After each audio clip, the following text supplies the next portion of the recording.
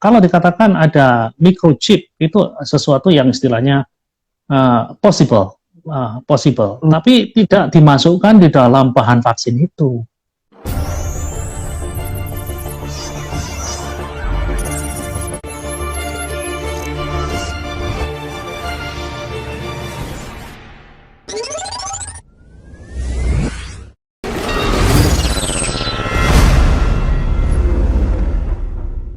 Oke, teman-teman langsung saja Pak Gani. Tadi Pak Gani boleh mengulang ya mengenai vaksin.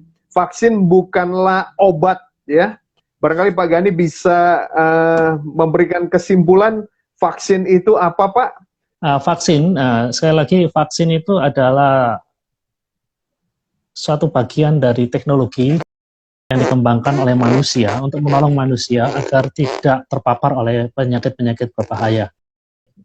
Sejarah vaksin cukup panjang sebenarnya kalau kita pelajari, itu sebenarnya dimulai di Cina beberapa ratus tahun yang lalu dan kemudian berkembang sedemikian rupa sampai akhirnya muncul di dalam bentuk yang sangat modern ini, di mana cara pembuatan vaksin sekarang itu sudah tidak satu metode tapi ada beberapa macam metode seperti yang saya sebutkan tadi.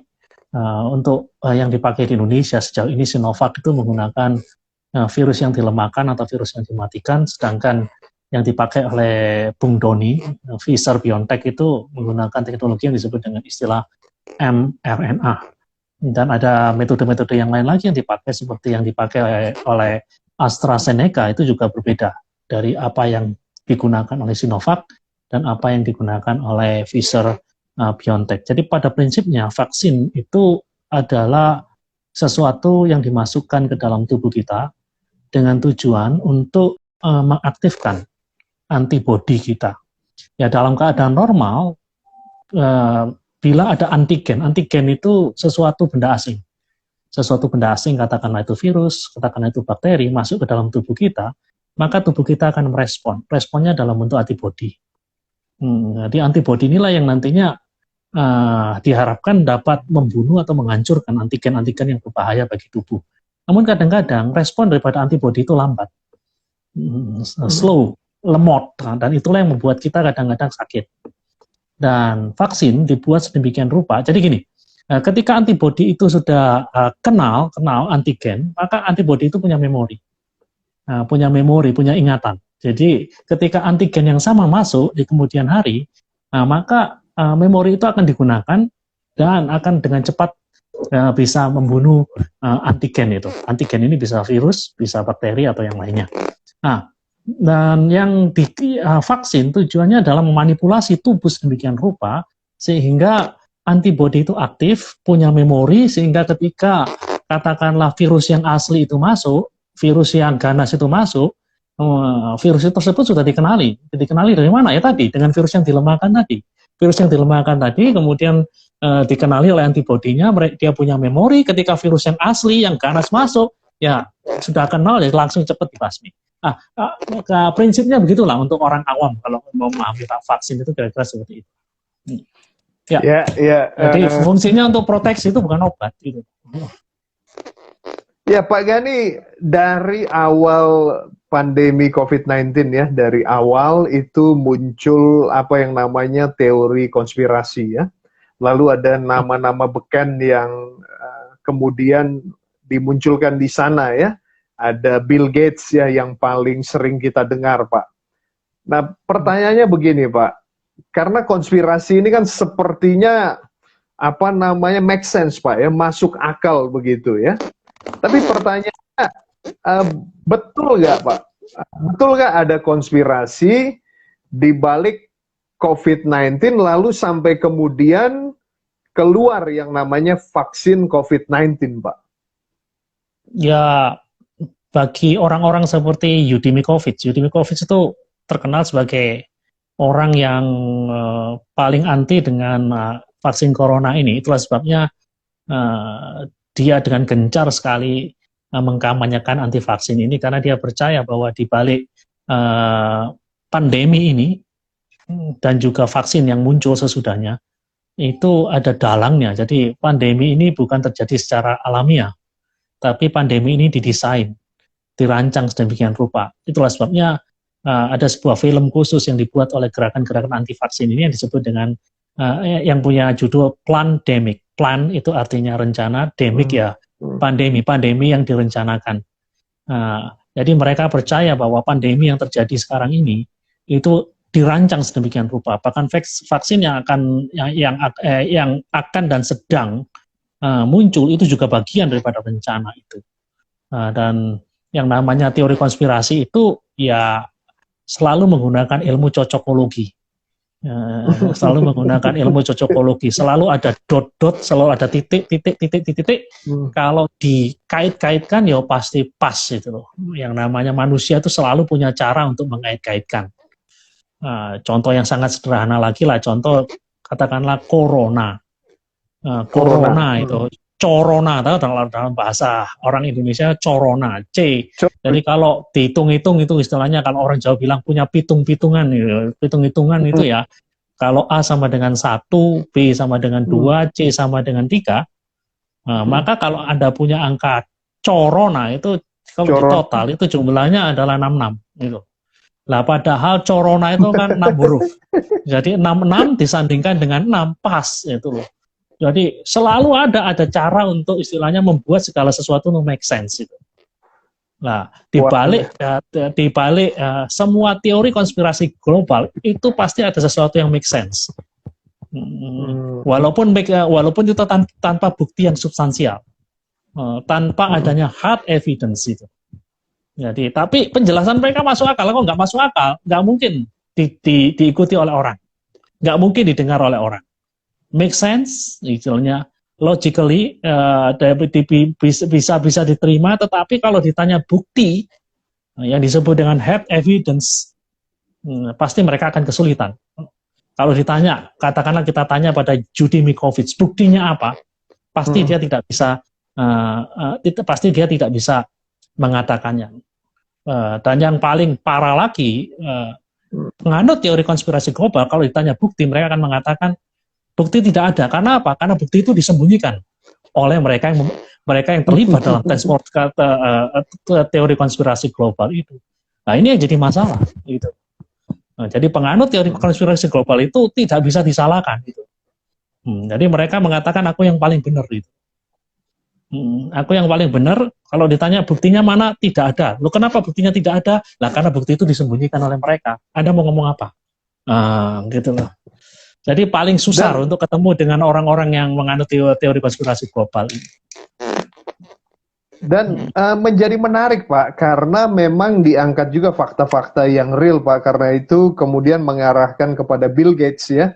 Saya juga ada membaca ya, bahwa Bill Gates juga sudah mengingatkan ya, sejak 5 tahun yang lalu ya, kepada 2 kandidat presiden, baik Donald Trump maupun Hillary Clinton, lalu kemudian ada pertemuan yang dilakukan oleh Bill Gates ya, sebenarnya dalam kapasitas dia diundang, lalu kemudian fakta-fakta ini dikawinkan, apalagi kemudian dia bicara soal bagaimana mengatasinya sebelum pandemi ini terjadi, Pak Gani.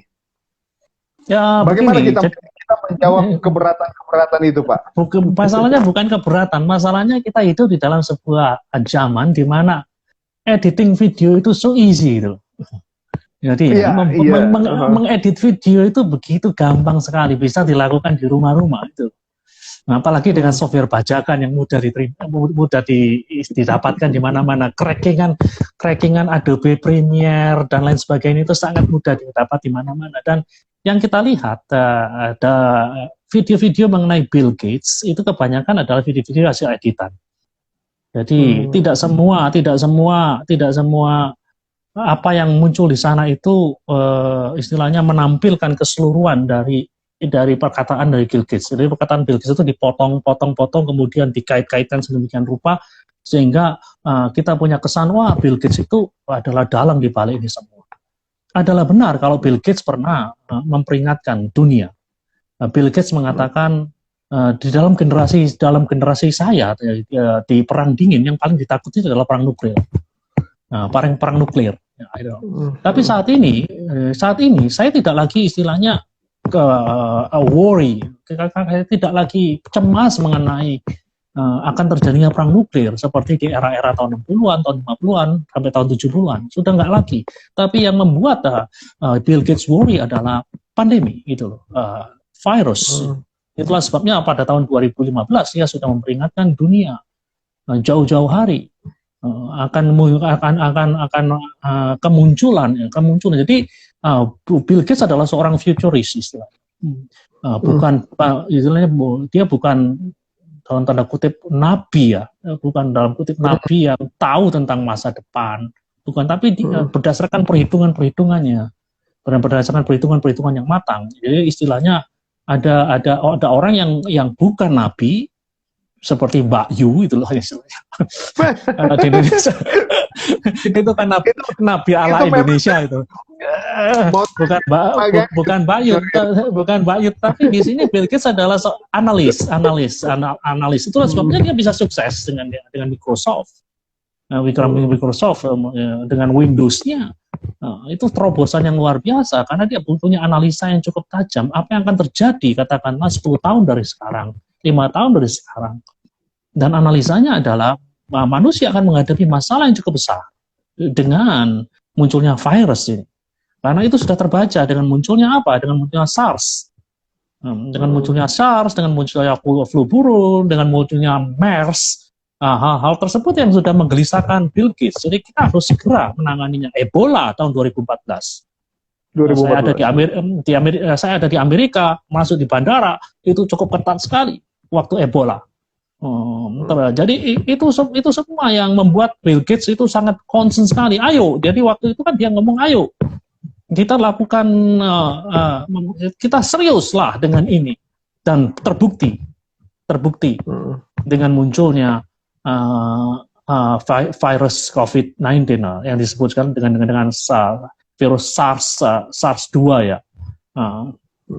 Nah itu, jadi saya pikir banyak yang kita lihat di YouTube itu hasil editan yang tidak secara jujur secara jujur untuk menampilkan Bill Gates itu apa adanya. Dan untuk mengetahui hal ini sebenarnya ada banyak sekali website yang bisa dipercaya yang bisa menampilkan bukti bagaimana video-video itu diedit. Contohnya adalah Reuters. Di Reuters, jadi kalau kantor berita Inggris itu punya website dan di situ ada istilah yang disebut dengan cek fakta. Dia punya fast check ya. Fast check itu Anda bisa nemukan di situ semua hal yang terkait dengan hoax yang dikaitkan dengan COVID-19, termasuk Bill Gates, termasuk microchip, termasuk DNA yang dirubah dan sebagainya. Itu semuanya ada di sana. Ya. Pak Gani, lalu kemudian begini Pak Gani, sejak COVID-19 juga, waktu kita awal juga ya, 27 Maret 2020, COVID mulai merebak ya, kita ada IG Live juga dengan Pak Gani ya, lalu kemudian ini selalu dikaitkan dengan akhir zaman ya, selalu dikaitkan dengan akhir zaman. Lalu waktu itu Pak Gani sudah menjelaskan bahwa akhir zaman itu semenjak Yesus datang ke dunia, kita sudah masuk pada akhir zaman. Artinya memang semakin ke sini kita semakin dekat dengan kesudahan daripada dunia ya, atau akhir zaman. Nah pertanyaannya sekarang ini Pak, merebak ya, baik melalui WhatsApp group ya, lalu kemudian ada video-video yang dibagikan mendapatkan pesan dan wahyu Tuhan ya, bahwa virus atau vaksin COVID-19 ini adalah penggenapan daripada Wahyu 13 ayat 11 sampai 18 Pak. Yaitu di dalam vaksin itu nanti ada micro atau biochips yang ditanamkan sebagai tanda daripada antikris, Pak.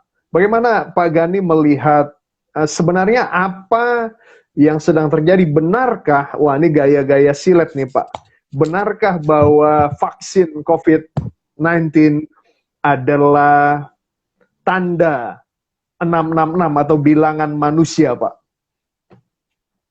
Ya, Menurut saya sih bukan ya. Jadi mereka yang istilahnya belajar cara menafsir, cara membaca kitab Wahyu bisa dengan mudah memahami hal ini.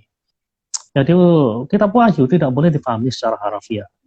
Jelas sekali kalau Anda membaca di dalam Wahyu 1 ayat 1, Anda mengerti bahasa Yunani, itu jelas sekali. Kan biasanya ada orang-orang yang mengatakan Wahyu itu harus ditafsir seharafiah mungkin. Saya mengatakan, nah justru saya ingin seharafiah mungkin dari Wahyu pasal 1 ayat 1 yang membuat saya harus menafsirkannya secara simbolis gitu. Karena di dalam Wahyu 1 ayat 1 dikatakan, di sana ada kata di dalam bahasa Yunani, esemanen, kalau di dalam Alkitab bahasa Inggris, communicated, dikomunikasikan. Jadi pesan-pesan yang dikomunikasikan. Dikomunikasikan esemanen, itu berasal dari bahasa Yunani, yang artinya itu mengkomunikasikan dengan simbol-simbol. Jadi berita dari kitab Wahyu, dari awal itu sudah dikasih tahu oleh Yohanes. Jadi seolah-olah Yohanes mengingatkan para pembacanya, aku ngomong pada kamu itu nggak langsung, gitu loh. Nah, aku ngomong pada kamu itu melalui simbol-simbol itu. Nah, justru dari ayat 1 ini, dari awal itulah yang mengharuskan kita untuk menafsirkan Wahyu secara simbolis, untuk memahami Wahyu secara simbolis itu. Nah, jadi Wahyu pasal 13 pun tidak harus dipahami secara harafiah. Ketika dikatakan ada tanda di dahi dan di lengan, itu bukan berarti ada sesuatu yang kemudian dimasukkan ke dalam tubuh kita gitu. Yang biasanya difahami sebagai microchip, entah itu di lengan, entah itu di dahi gitu. Padahal ya itu punya makna tersendiri gitu. Kadang-kadang kita tidak pernah bertanya, kenapa harus di dahi, kenapa harus di lengan? Kenapa bukan di hidung kita itu tandanya? Kenapa bukan di perut kita seperti ini? Atau di dahi, atau katakanlah di kuping kita lah istilahnya. Kenapa kalau harus di dahi? Kalau di perut, kalau di perut gimana? Nah itu kadang-kadang kita nggak bertanya seperti itu. Jadi semuanya itu mengarah kepada Yohanes adalah orang yang istilahnya dibesarkan di dalam tradisi Yahudi. Jadi dia akrab dengan budaya Yahudi. Dan yang paling besar mempengaruhi dia tentunya Perjanjian Lama. Ya. Tentunya Perjanjian Lama. Jadi kita tahu persis bahwa dahi bagi orang-orang Yahudi itu punya signifikansi atau melambangkan. Kerap kali digunakan sebagai lambang pola berpikir, paradigma berpikir. Sedangkan lengan itu difahami sebagai, katakanlah ada dua. Yang pertama itu sebagai lambang persekutuan, lambang persekutuan. Jadi di masa yang lalu kalau seseorang itu katakanlah menjadi penganut dalam budaya Semit ya, budaya Semit itu budaya yang berada di daerah timur dekat kuno, itu orang Arab,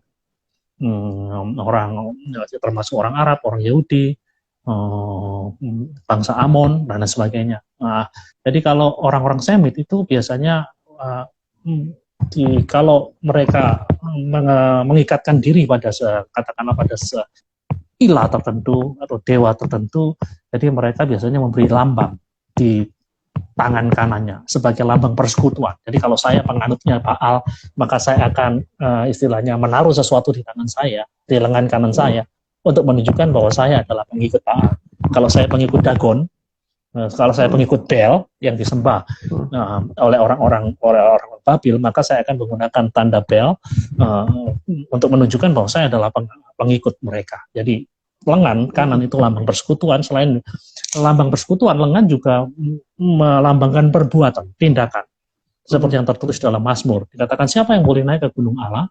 Yang boleh naik ke gunung Allah adalah mereka yang tangannya bersih dan hatinya murni. Tangannya bersih, pakai cuci tangan, pakai hand sanitizer, pakai sabun. Bukan itu maksudnya. Bukan itu maksudnya. Ini adalah simbol. Tangan melambangkan sesuatu yang outward, sesuatu yang kelihatan dari luar. Sedangkan hati itu melambangkan sesuatu yang inward, sesuatu yang tidak kelihatan, batin kita. Jadi yang boleh naik ke gunung Allah adalah mereka yang batinnya bersih dan juga perbuatan-perbuatan itu bersih. Gitu.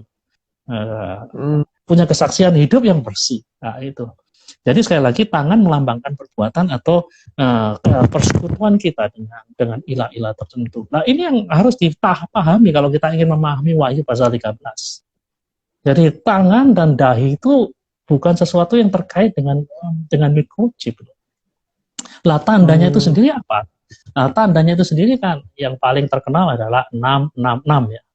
Walaupun kita melihat ada salah satu salinan kuno yang tidak mencantumkan 666 tapi 616. Jadi kita lihat sih kan ada ribuan salinan-salinan perjanjian baru yang sampai ke tangan kita. Sebagian besar memang tertulis 666. Namun ada satu yang sampai hari ini yang di sana tidak tertulis 666, 616, tetapi itu bisa dijelaskan dengan mudah. Hanya karena kita tidak punya Zoom, saya tidak bisa menampilkan di layar, di screen. Kok bisa sih hitung-hitungannya 666? Kalau Anda belajar hermeneutika atau belajar kitab Wahyu di bawah saya, itu menunjuk kepada Kaisar Nero. Ya. Nah, transliterasi. Jadi kalau ingat bahwa huruf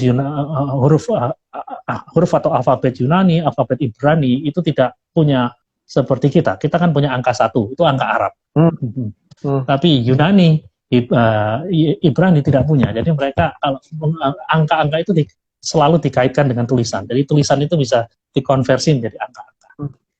Jadi 666 ini kalau dikonversi, istilahnya ditransliterasi dengan rupa dengan sebuah ilmu yang namanya gematria, maka nanti akan jatuhnya 666. Tapi kalau kita lihat bahwa di kemudian hari 66 itu akan menunjuk pada diri Kaisar Nero, ya. Kaisar yang paling brengsek gitu. Jadi di antara Kaisar Roma yang paling brengsek itu ya Kaisar Nero. Nah, kalau jadi kepastian ini menunjuk kepada Nero itu jelas sekali. Kalau kita ketemu angka 616 ini. Hanya sayang sekali lagi karena keterbatasan media saya tidak bisa tampilkan ya. Jadi hitung-hitungannya kok bisa 666 kok bisa jadi 616 itu gimana? Itu transliterasi. Gematria yang dibuat sedemikian rupa tetapi untuk audiens orang Latin. Jadi kalau ditrans itu ke dalam bahasa Latin itu jatuh-jatuhnya 616 gitu loh. Nah, jadi kita ingat di dalam perkembangan pembaca perjanjian baru itu kan nantinya akan bergeser dari mereka yang membaca dalam bahasa Yunani kemudian ke bahasa Latin. 616 ya. Jadi hampir istilahnya kalau kita lihat dari komentari-komentari yang terkemuka di dunia, yang kebanyakan 666 itu mengarah kepada Kaisar Nero yang digunakan oleh Yohanes sebagai perwujudan evil, perwujudan kejahatan par excellence istilahnya dalam bahasa Latin. Perwujudan evil. Jadi kalau kita lihat, kalau Anda ingin cari dari antara Kaisar Roma yang paling jahat itu yang paling dikenal pada itu ya Nero. Gitu. Jadi ini yang kemudian digunakan sebagai digunakan oleh Yohanes untuk menggambarkan ini loh ada kekuatan yang sedemikian rupa. Tapi sebenarnya Nero ini menggambarkan kekaisaran Roma itu sendiri, istilahnya kekaisaran Roma sendiri. Nah, jadi saudara harus ingat kalau Anda hidup di abad pertama,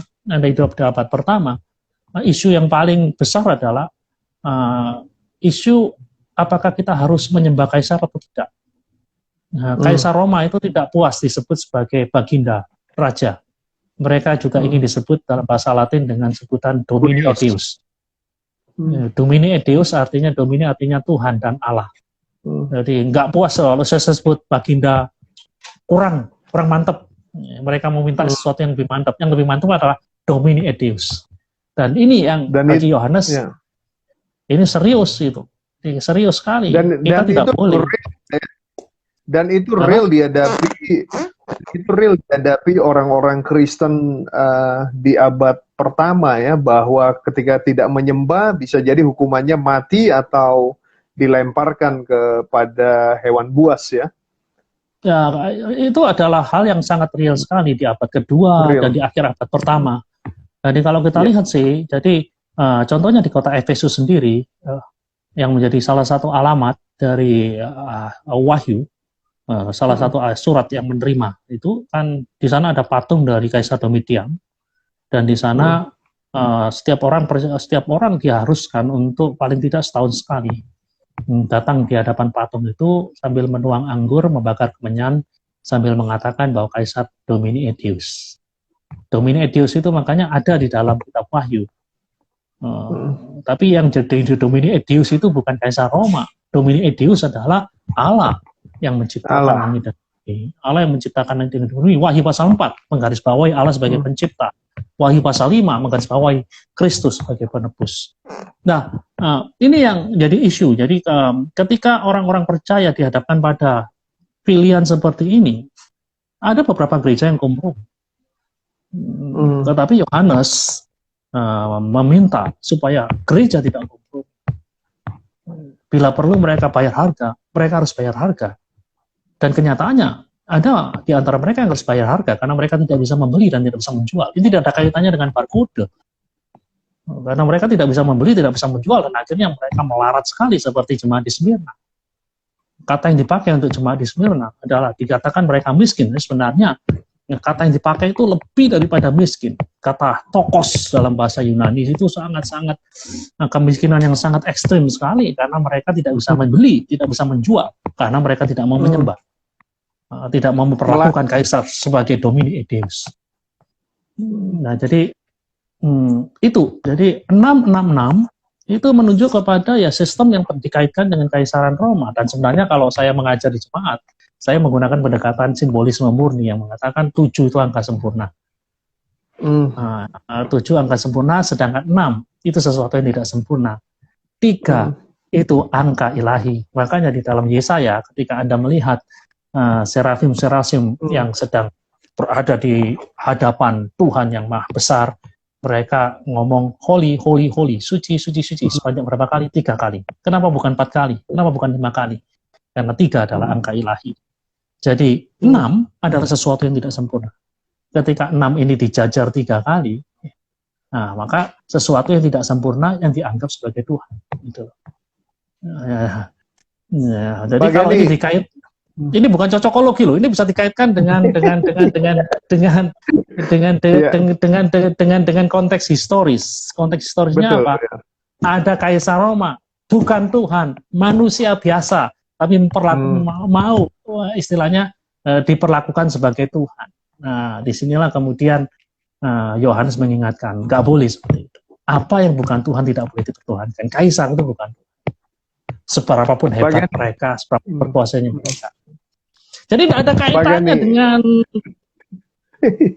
Pak Gani, ini kan chip dan sebagainya. Ini kan sebenarnya adalah saya melihatnya begini. Ini adalah buah dari pengajaran yang berulang-ulang tentang kitab Wahyu.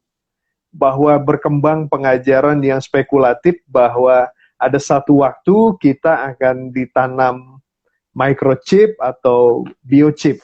Dan kemudian pemahaman ini sepertinya mengunci kita, karena saya melihat ya, potongan daripada wawancara Najwa Shihab ya Mbak Nana dengan Pak Erick Thohir ya, Menek BUMN ya, bahwa nanti yang divaksin itu ada barcode-nya, lalu kemudian bisa dipantau dia ada di mana. Itu ada potongannya, Pak.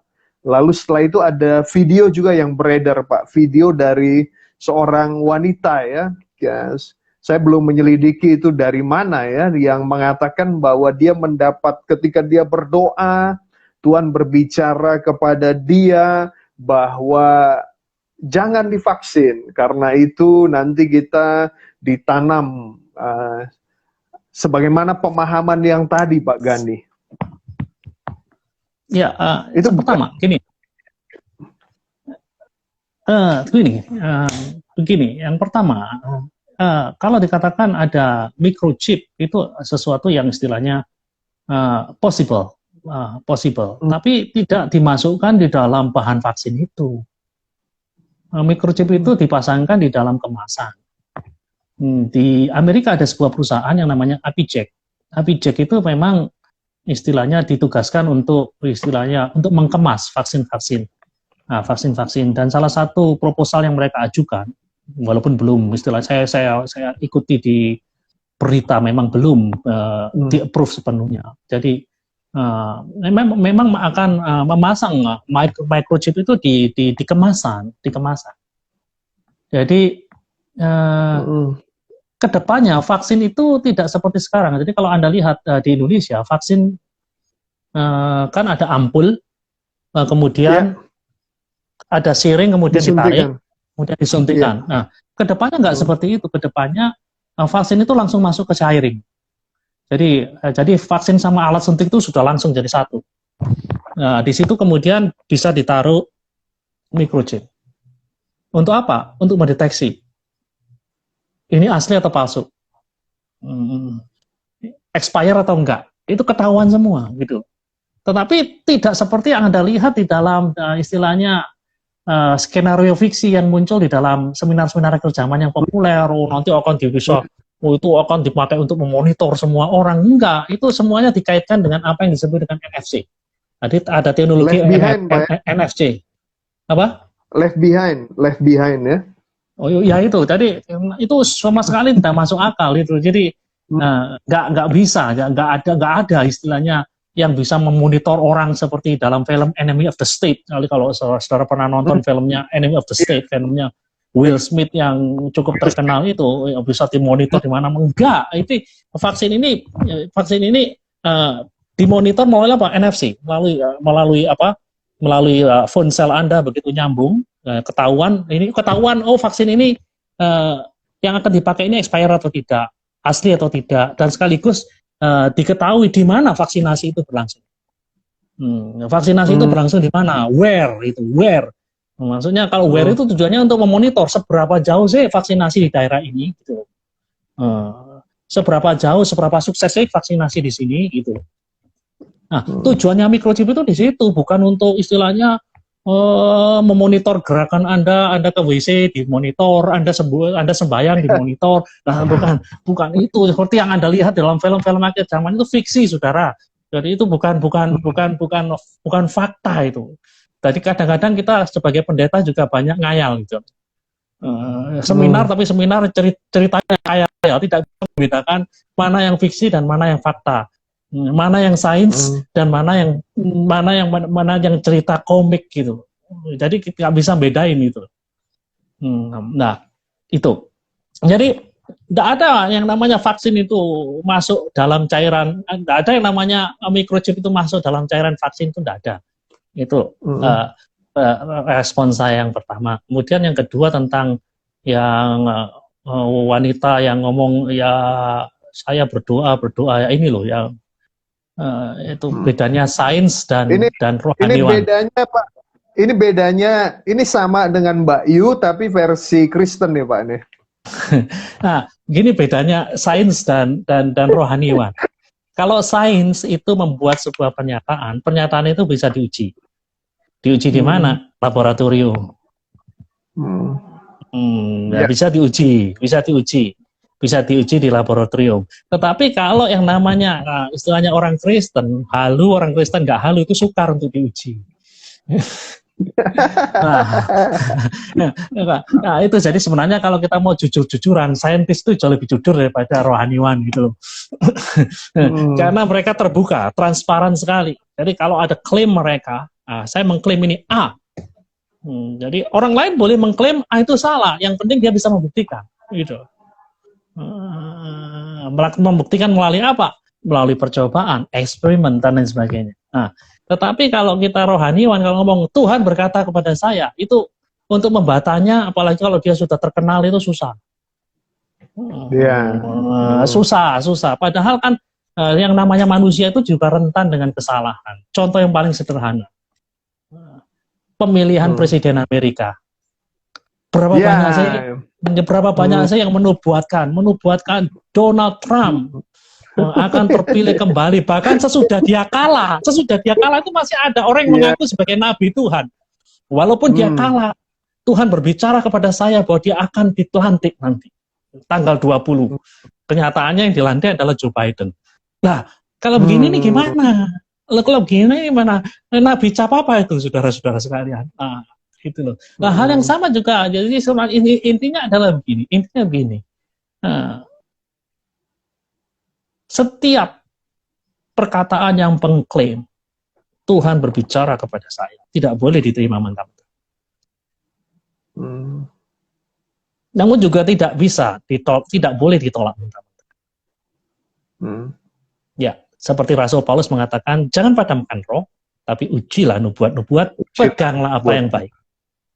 Ya jelas toh yang dikatakan Rasul Paulus, jangan padamkan roh itu artinya apa? Ya kita harus terbuka dengan intervensi Tuhan. Namun pada saat yang sama, kita tidak boleh kemudian istilahnya menerima makan mentah-mentah apapun yang dikatakan oleh mereka, siapapun yang apalagi kalau sudah katakan saya sudah puasa 40 hari 40 malam, sudah doa 20 jam sehari, mau doa 20 jam sehari ya tetap harus ada dalam pengujian. Dan ada banyak parameter-parameter untuk menguji. Nah, seperti kemarin yang saya terima itu ada seorang wanita yang mengatakan ya jam 12 ya, dia berdoa dan kemudian Tuhan mengatakan vaksin. Itu yang saya maksudkan Pak, video itu.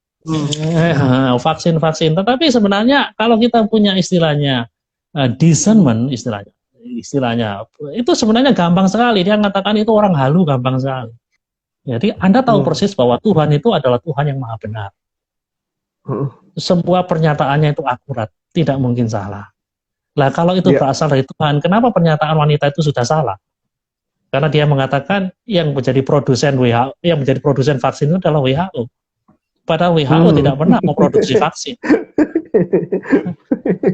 Tuhan itu tidak pernah salah dan tidak pernah keliru. Tetapi dari awal begitu saya dengar orang itu ngomong begitu, saya tutup orang halu. Karena WHO tidak pernah produksi vaksin. WHO hanya istilahnya memberikan masukan.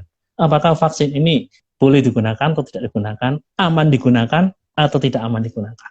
Yang jadi produksi vaksin, yang jadi produsen vaksin itu ya kayak BioNTech, Pfizer, AstraZeneca, itu.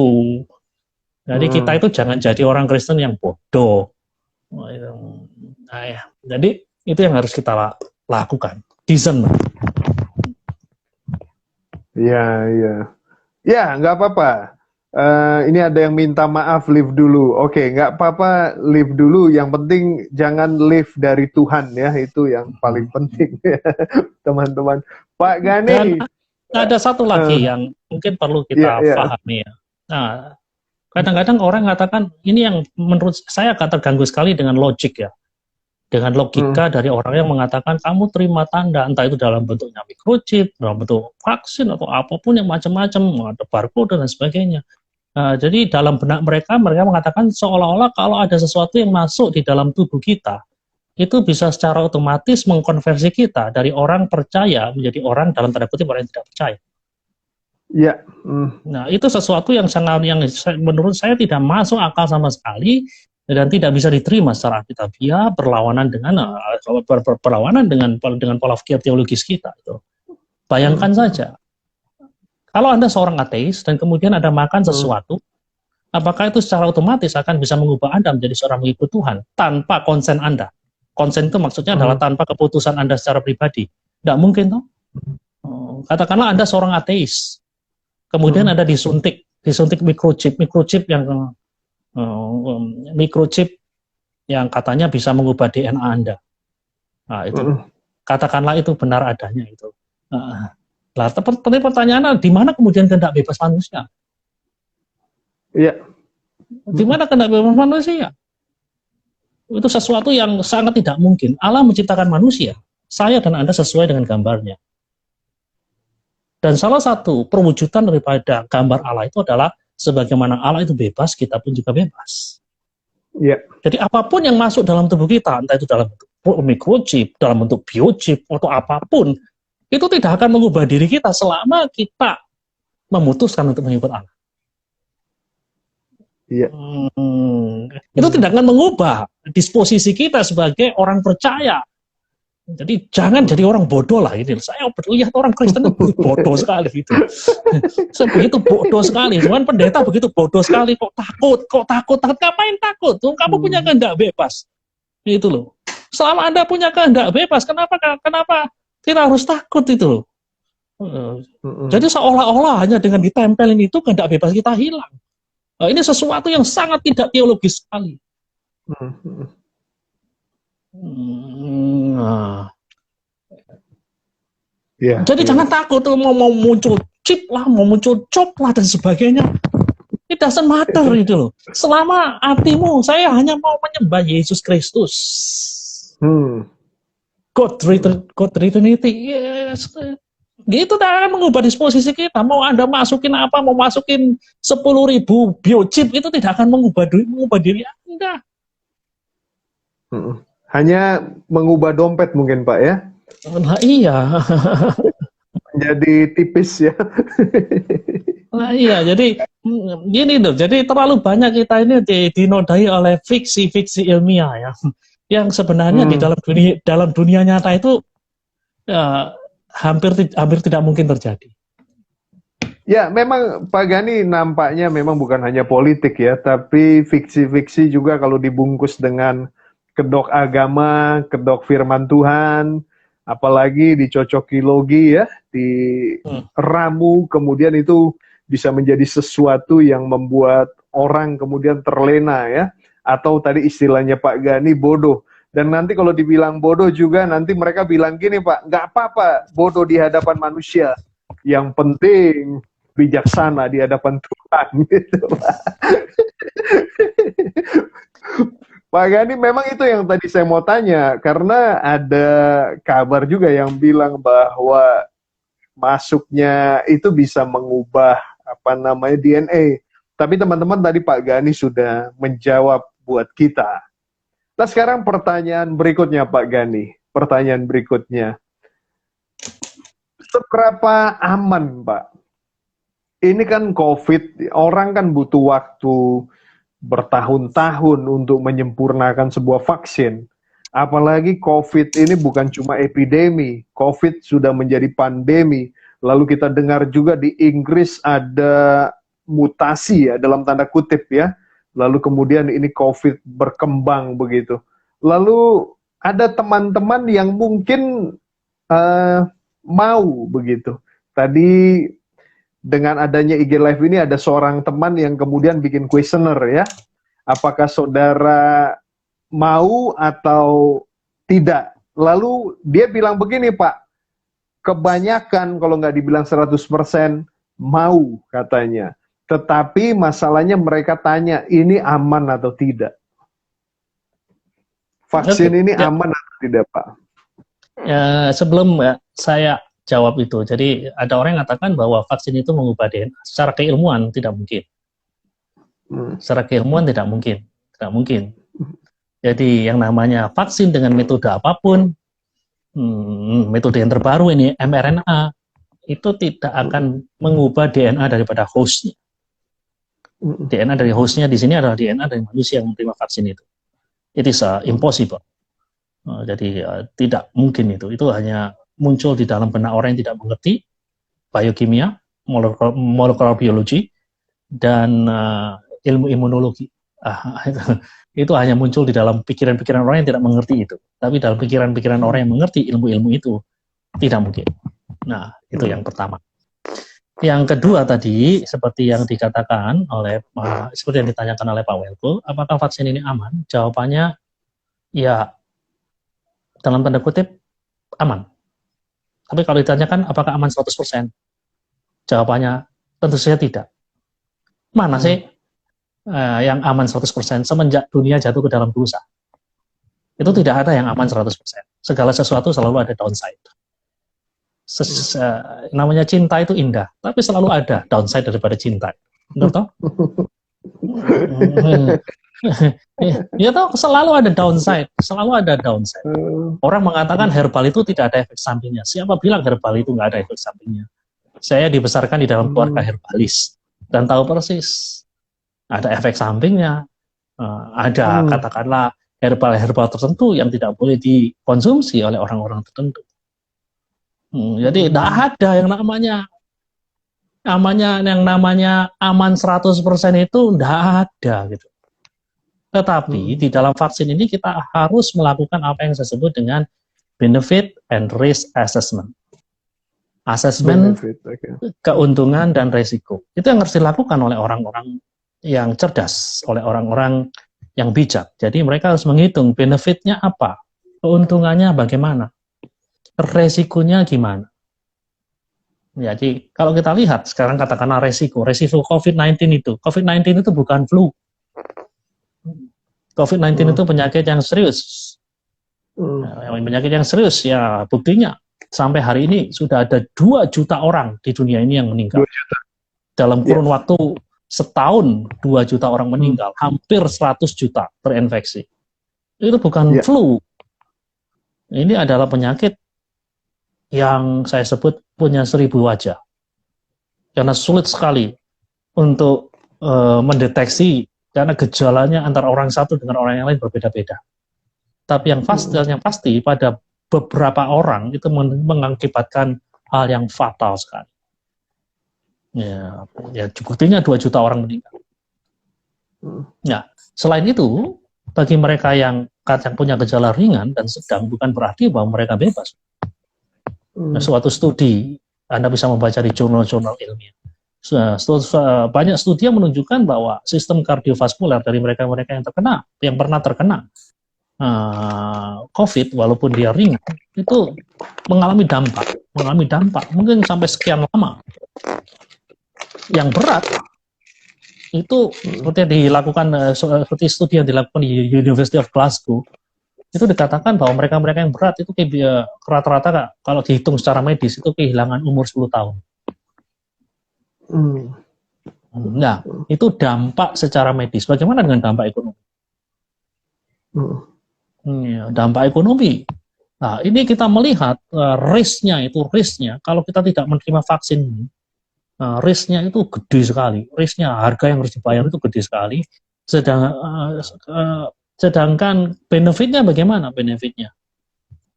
Benefitnya adalah kalau kita terima vaksin, ya bisa jadi kita ada efek samping bagi beberapa orang. Tapi pertanyaannya adalah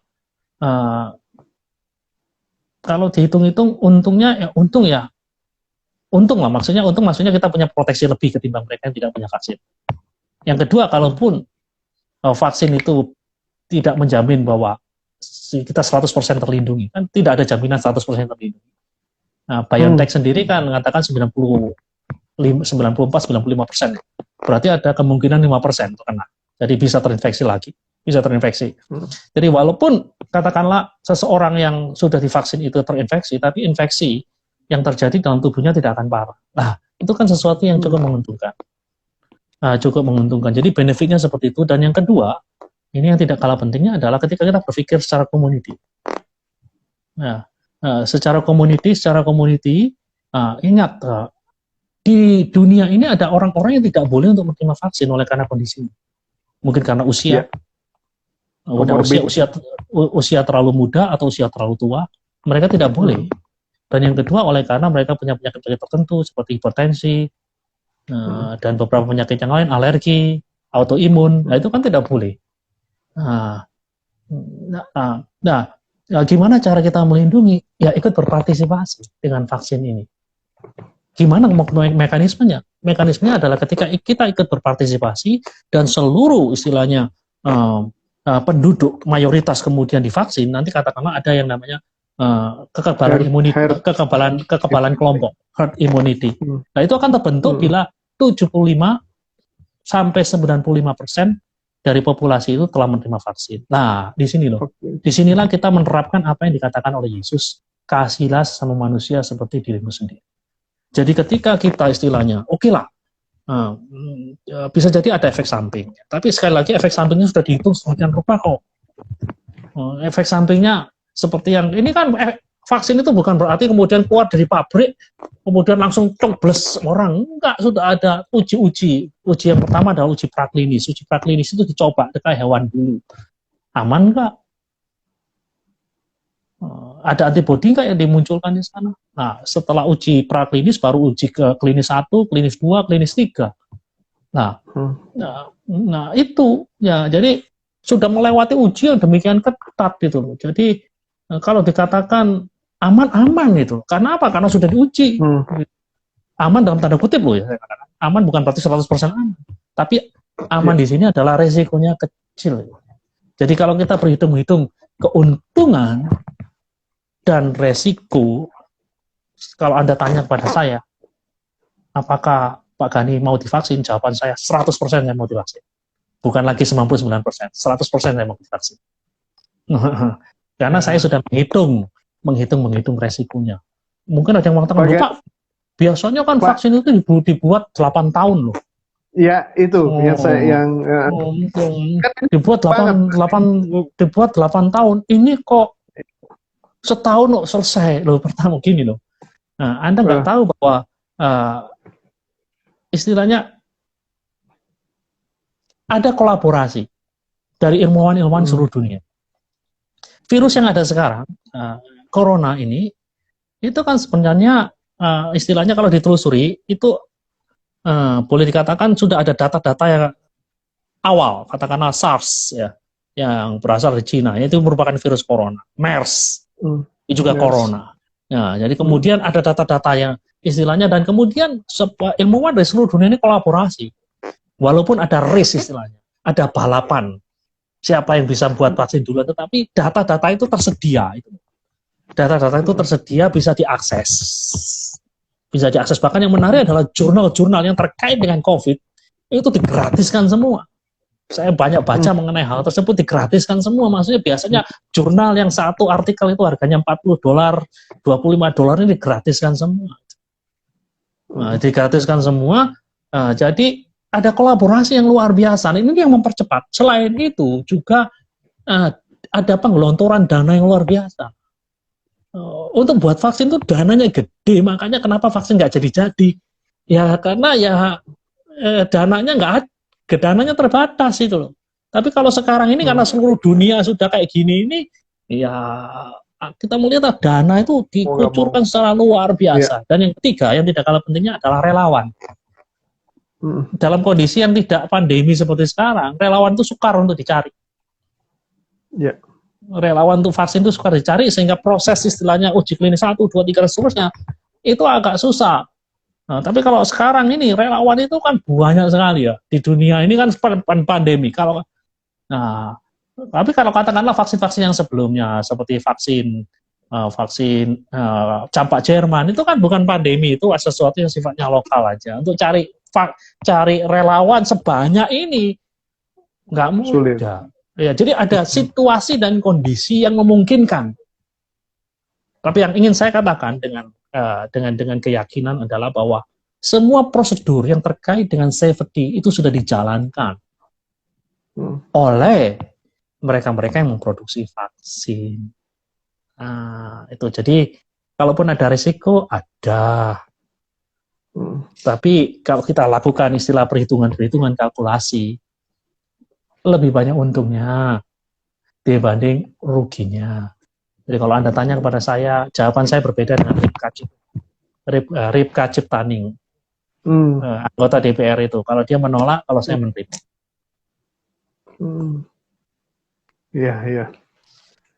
Pak Gani, terima kasih buat malam ini ya, untuk pencerahan yang diberikan, dan teman-teman cukup banyak juga yang mengikuti malam hari ini ya. Tidak terhitung yang tadi ya, yang bergabung dari jam 8 yang ternyata kita mengalami kendala, tapi saya rasa teman-teman juga setuju, kita mendapat informasi yang luar biasa. Sepertinya ini saya berbicara bukan hanya kepada seorang pendeta ini, tapi Pak Gani juga mengikuti jurnal-jurnal yang terupdate, lalu kemudian penjelasan yang ada ya. Dan teman-teman harus dipahami bahwa penyakit ini atau pandemi COVID-19 ini bergerak begitu cepat, sehingga apa yang kita diskusikan, info-info yang terbaru juga sangat cepat begitu ya. Ini pembicaraan kita hari ini, barangkali nanti juga ada perkembangan terkemudian, tetapi satu yang menarik yang tadi Pak Gani sampaikan ya kepada kita ya, ada unsur yang harus kita pikirkan ya, bukan hanya diri kita sendiri, memang resiko itu ada, tetapi kita juga menjalankan hukum yang pertama dan terutama kasihilah sesamamu manusia seperti dirimu sendiri. Dan tadi Pak Gani sudah sampaikan kepada kita, segala sesuatu pasti ada efek negatifnya, bahkan cinta saja. Cinta saja ada efek negatifnya. Teman-teman yang diberkati dengan diskusi malam hari ini, boleh bikin di story-nya masing-masing, dan boleh juga mengarahkan teman-teman yang lain ya, untuk bisa lebih banyak lagi disebarkan ya pesan ini, karena Pak Gani saya merasa butuh waktu yang cukup lama ya, untuk menghapuskan cara berpikir bahwa tanam chip itu artinya kita menjadi antikris ya. Dan saya pikir pandemi COVID-19 ini juga memberikan kepada kita akselerasi, Pak. Yang tadinya berjalan begitu lambat, tapi saya percaya ya, teman-teman, saya menyediakan ruangan ini supaya lebih banyak voice seperti Pak Gani ya, voice yang justru menenangkan, voice yang firm ya, dan juga voice yang juga membawa kepada kita semakin dekat kepada Tuhan. Artinya keputusan yang kita lakukan, tadi Pak Gani menyampaikan kepada kita bahwa kita lakukan dengan tangan yang suci, hati yang murni ya. Jadi biarlah tanda itu ada di dalam kita, bahwa pikiran kita dan juga tindakan kita terus terarah kepada Tuhan. Pak Gani mungkin ada yang disampaikan ya, ini kepada jemaat online, Pak. Barangkali nanti kesempatan mendatang ada topik-topik yang akan kita bicarakan lagi dengan Pak Gani ya. Barangkali ada yang mau disampaikan. Memang tadi Pak Gani saya pikir ditahan dulu ya, tapi Pak Gani tadi sudah bilang saya siap divaksin. Lalu jemaat online ada yang berkomentar saya siap 1000% gitu. Ada yang komentar saya ada di garda terdepan. Saya pikir inilah resonansi yang kita harapkan. Silakan Pak.